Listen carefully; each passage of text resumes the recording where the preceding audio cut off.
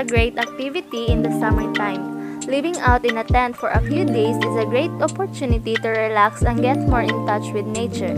Today, I'm gonna teach you on how to assemble your tent.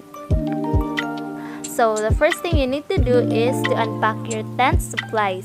Once you've found a good area to set up camp, it's time to unpack your things. It's a good idea to pack all of the parts out at once. I will be using the A-frame tents. It is the most typical and common type of tent for personal use. They're the easiest to erect and usually come with extras like a rain fly and a weather tarp. Number 2. After you put the tent in the camping area, the second thing you need to do is insert your tent poles through the frame. Once you've gotten all your tent parts out, slide the support poles through the body of the tent. Slide the tent frame out. That way you can make sure you're sliding the poles through the right slots.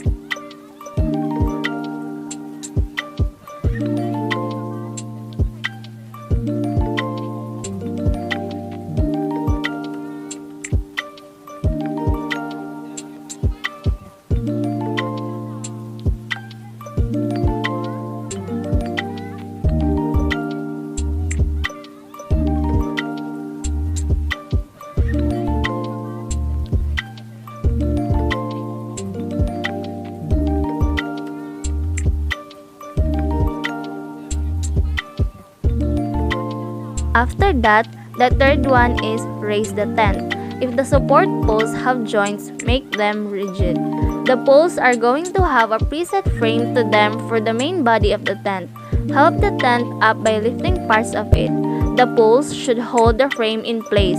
If not, secure loose parts of the poles or extend them as needed.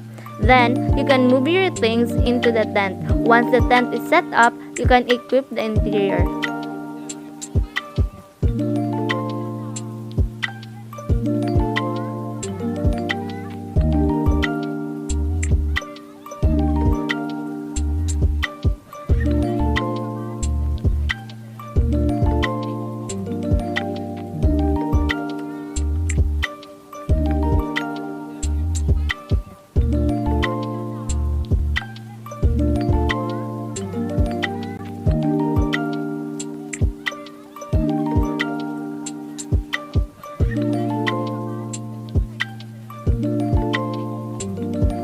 And finally, you can now enjoy your camping with your tent.